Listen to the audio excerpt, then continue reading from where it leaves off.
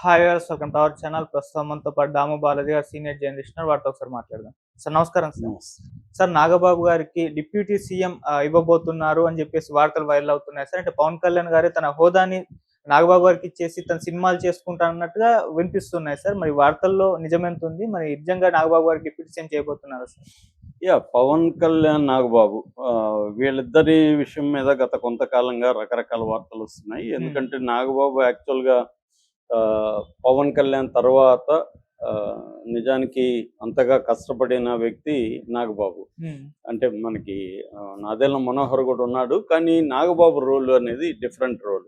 అయితే నాగబాబుని చిరంజీవి పంపించాడని జనసేన పెట్టినప్పుడు, ఎందుకంటే పవన్ కళ్యాణ్ ఎమోషనల్గా రియాక్ట్ అవుతుంటాడు, తను ఎట్లా అంటే అట్లా బిహేవ్ చేస్తాడు. దానివల్ల పవన్ కళ్యాణ్కి ఇబ్బందులు ఎక్కువ ఉంటాయి. నువ్వు ఉంటే కొంత దగ్గరుండి చూసుకో పవన్ కళ్యాణ్ని, అతను ఏంటంటే వేళకి తినడం, హెల్త్ ఇవేవి కూడా పట్టించుకోడు అని చిరంజీవికి ఆందోళన ఉండి ఈ నాగబాబుని పవన్ కళ్యాణ్కి అటాచ్ చేశాడు. నాగబాబు కూడా చిన్నప్పటి నుంచి కూడా పవన్ కళ్యాణ్ పట్ల ఒక ఆరాధన బాగుంది. అంటే తను కొంత దాన్ని ఏమంటారు, సామాజికంగా ఆలోచించే వ్యక్తి, ఎమోషనల్గా ఉంటాడు, తర్వాత బాగా చదువుతాడు, ఒక తపన ఉన్న వ్యక్తి అన్న యాంగిల్లో ఆయన చాలాసార్లు పొగుడుతుంటాడు కూడా ఓపెన్గా. అదే ఒక యాంగిల్ అయితే, వ్యక్తిగతంగా పార్టీ పరంగా కూడా పార్టీలో అందరినీ పవన్ కళ్యాణ్ కలిసే పరిస్థితి ఉండదు. గ్రౌండ్ లెవెల్లో పవన్ కళ్యాణ్ వెళ్ళలేడు కాబట్టి గ్రౌండ్ లెవెల్లో నాగబాబు వెళ్ళడం, పార్టీకి అధినాయకుడి మధ్య ఒక అనుసంధానకర్తగా ఉండడం, ఎక్కడైనా సమస్యలు వచ్చినప్పుడు దగ్గరికి వెళ్ళి డీల్ చేయడం. ఎందుకంటే నాగబాబుకి అనుభవం ఉంది, సినిమాలో ప్రొడ్యూసర్ ఆయన, అంతకుముందు ప్రజారాజ్యంలో కూడా ఆయన యాక్టివ్గా ఉన్నారు కాబట్టి ఆయనకి పరిచయాలు ఉన్నాయి, సర్కిల్ ఉంది. రెండోది ఏమంటే ఓపిక్గా వినే ఇది నేచర్ ఉంది. ఆయన మాట్లాడడం కంటే వినడం ఎక్కువ, అది చాలా అవసరం.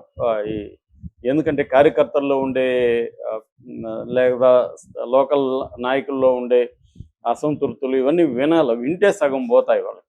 చెప్తే వినేవాడు ఇంపార్టెంట్. అటువంటి రోల్ అంతా కూడా ఆయన ప్లే చేస్తాడు కాబట్టి ఖచ్చితంగా ఆయనకి ఇప్పుడు వాళ్ళ కూటమి అధికారంలో వచ్చినప్పుడు ఆయనకి మంచి పదవి ఉండాలి.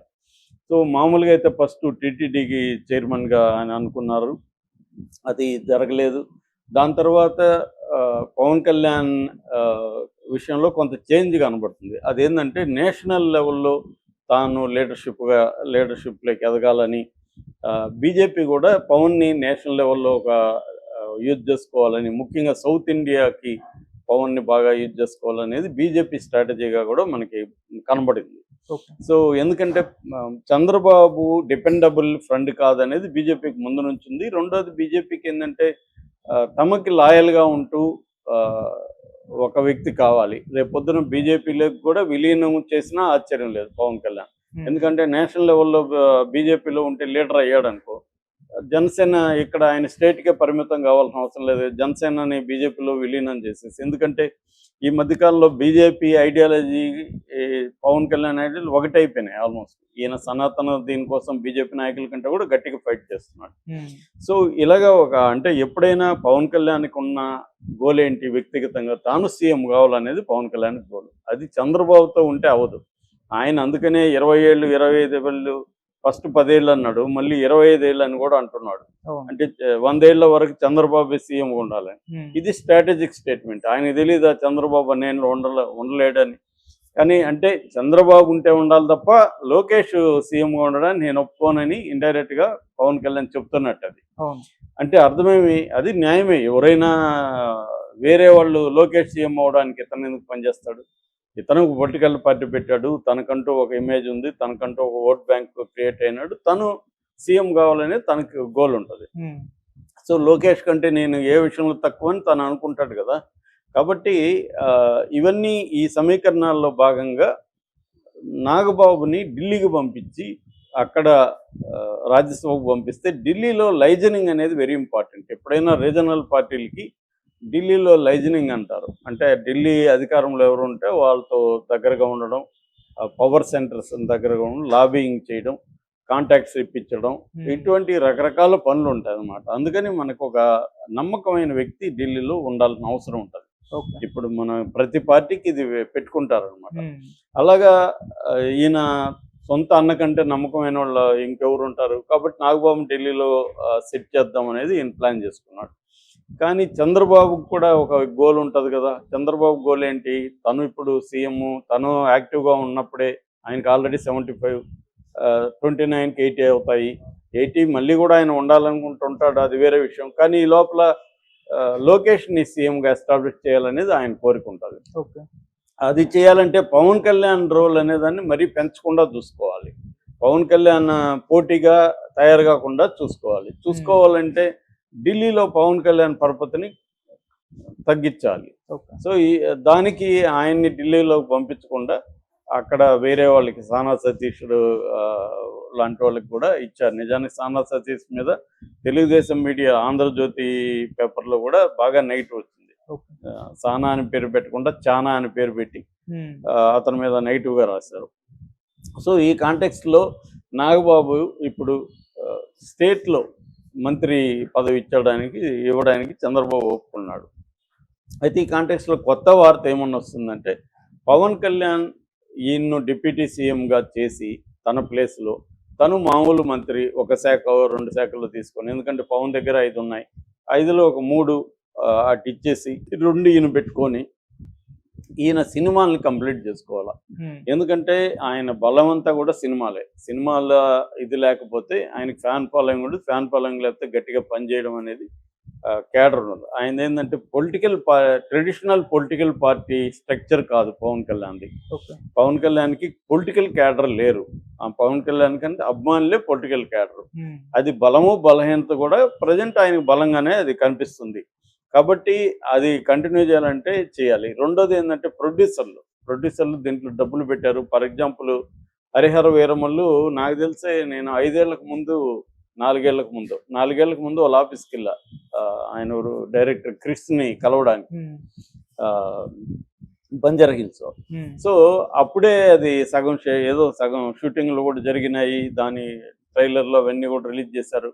చివరికి క్రిస్ విసిగిపోయి క్రిస్సే దాని నుంచి వెళ్ళిపోయాడు. ఇది మన వల్ల కాదు, ఇది ఎడతెరపు లేకుండా జరుగుతుంది. అంటే పవన్ కళ్యాణ్ గత కొంతకాలంగా సినిమాల స్ట్రాటజీ పవన్ కళ్యాణ్ ఏంటంటే ఒక డబ్బింగ్ సినిమా తీసుకోవడం, దాంట్లో తన రోల్ తక్కువగా ఉండేట్టుగా చూసుకోవడం, ఒక 20 days మాత్రం దానికి కేటాయించడం. 20 daysకి ఆయనకి 60 crore ఎంతో రెమ్యునరేషన్ ఉంటుంది.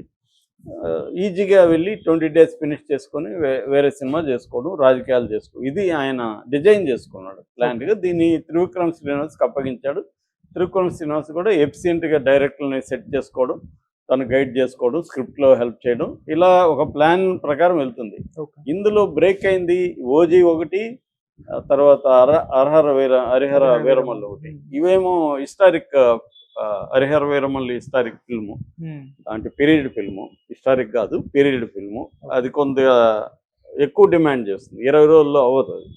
సో దానివల్ల ఆయన ఇవ్వలేకపోయాడు డేట్స్. అందువల్ల అది 5 ఏళ్ళుగా అవుతుంది. డైరెక్టర్ వెళ్ళిపోయాడు. చివరికి ఆయన పేరేమో జ్యోతికృష్ణ అనుకుంటా, డైరెక్టర్ వాళ్ళ కొడుకే, ప్రొడ్యూసర్ పేరేమో మర్చిపోయాను, ఏఎం రత్నం కొడుకు.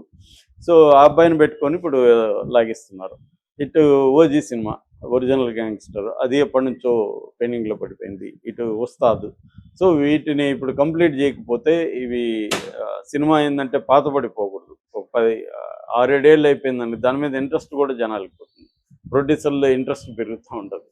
సో దానివల్ల ఇప్పుడు పవన్ కళ్యాణ్ ఏం ఆలోచిస్తున్నాడు అంటే, ఇప్పుడు ఉన్న 5 మంత్రి పదవులు అంటే న్యాయం చేయలేడు ఆయన, వాటిని ఆపి సినిమాల్లోకి రాలేడు.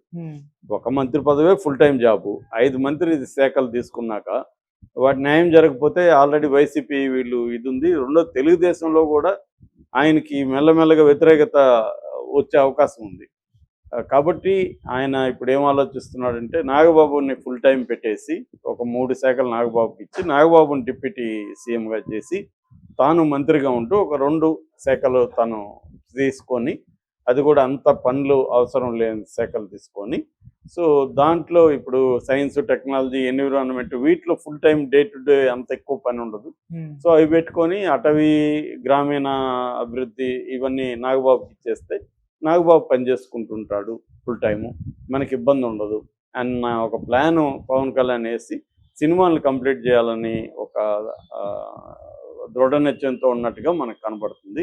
ఓకే. అంటే ఇంతకుముందు ఆయన రాజకీయ పదవులోకి రాకముందు ఎలాగైతే సినిమాలు చేసుకుంటూ రాజకీయాలు చేస్తాడో, అలాగే ఇప్పుడు కూడా సినిమాలు చేసుకుంటూ తన సినిమా మధ్యలో గ్యాప్ ఆయన ఎప్పుడైనా పర్ డే 3 hours చేస్తాడని అంటారు ఆయన షూట్లో కూడా.